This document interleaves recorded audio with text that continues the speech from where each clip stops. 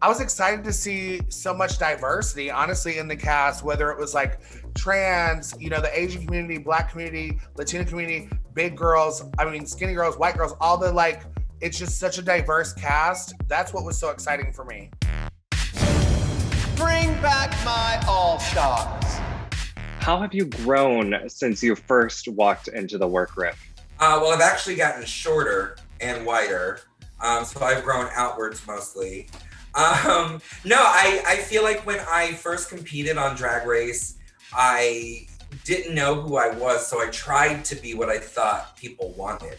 It's so weird to say, to just say it out there, but I wasn't very authentic in who I was because I didn't know who I was.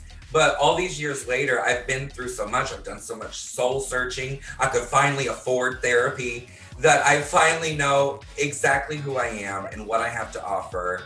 And I'm really just thrilled to be able to show that to the world. I'm a decade old. I started wearing makeup. It's actually just a little chapstick. I just wanted to come back as who I was at the moment and at the time. And I think as drag queens, we're always evolving. We're always trying something new and taking what sticks. What you're seeing is just the evolution of an artist. I think I'm a little less naive than I was before. On season 12, nothing went to plan. And I was like, oh, okay, well, that's just, my biggest fear come to life. And now I'm like, okay, cool. I have nothing else to lose. Let's go forward and enjoy my time, not only in the competition while I'm on stage, but also in my life every single day. Just, I feel like that I'm much more grounded now. I traded my cockiness for confidence. My confidence started to crumble because I wasn't being successful at it. There is no formula for this competition. It's just to have fun and be who you are. What is the mistake or a moment from your original season that you're most hoping to redeem yourself from this go around? Baked potato couture. But you know what? If you're gonna fail spectacularly so people remember it. For me, definitely, I'm trying to redeem. I'm not necessarily consciously thinking about redeeming myself from my attitude, but I came back wanting to most definitely just show myself as an actual person, as a person that actually has a heart, and to show that I'm a queen that is also a queen of queens, which means that I'm always with my girls in the room. I'm about that sisterhood. I'm about my business. I'm about having longevity in my career. This gave me an opportunity to show who I am now as an entertainer, not as a person, not as, a season 11 member. It shows who I am as an entertainer now. I think that I was just so desperate, I think that was just out of fear of not making it or out of fear of not being seen. Girl, everybody can see my big ass in the room. I ain't got nothing to worry about. When you guys walked into the workroom for this season, who was the biggest surprise for you? Honestly, Serena, because I just was like, whoa, Serena has had a glow up, and I love to see the drag progressing. I remember she was not doing drag for that long, and I hadn't seen her actual drag in a minute. And so to see her coming back in and just to have a fully formed this is who I am was really gaggy. I was like, go off, Serena. I'm gonna go with Bianca. Yes, because Bianca. She came into the workroom as Bianca, and Justice so for Bianca. Jiggly wasn't there. It was Bianca there.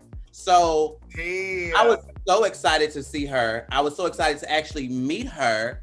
And I was excited for the world to actually get a chance to meet her now also. Oh my God, Akira, that is so real tea, baby. I was surprised to see only half the cast when I got into the room.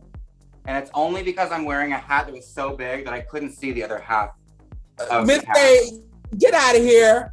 Get out of here. Scarlett, you had me thinking we got a little spoiler for a moment that I was going to be able to break. When you ask what the surprise is, it could be a good or a bad surprise. So it all depends on how we're being asked. I think most people are answering Serena because of probably my track record in the past, correct? What I was excited to see was that I'm in this group with no one else from my season, but I have my Yara Sofia. I got my Puerto Rican sister right here. I know it's no joke. It's hard as hell for you guys. What makes you want to come back? The money. No. It's the passion, it's the love of drag. I mean, this is the world stage to get to showcase what you love to do the most. Who did you come into thinking, okay, the competition's really heating up now. Like, this is the bitch I need to watch out for? Who was that? For me, Ginger was the one I was like, God damn it.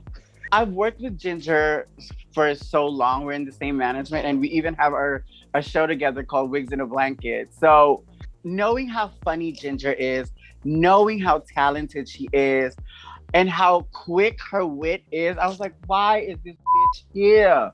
You couldn't just let me get one fucking thing, bitch. I was like, damn it.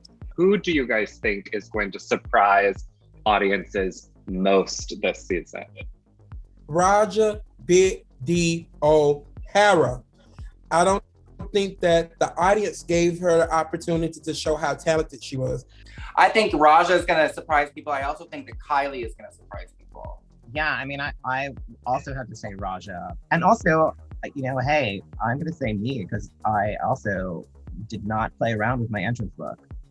I love your entrance look. It's so beautiful. For me, I'm going to go with Raja O'Hara.